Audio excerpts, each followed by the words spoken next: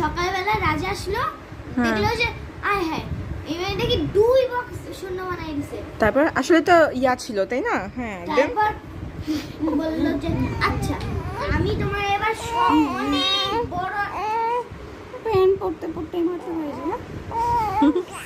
হ্যাঁ শুনতেছি। এবার আমি তোমার অনেক বড় একটা রুমে নিয়ে যাব। তারপর ওই রুমে মধ্যে তোমার 3 বক্স শূন্য বানাতে হবে।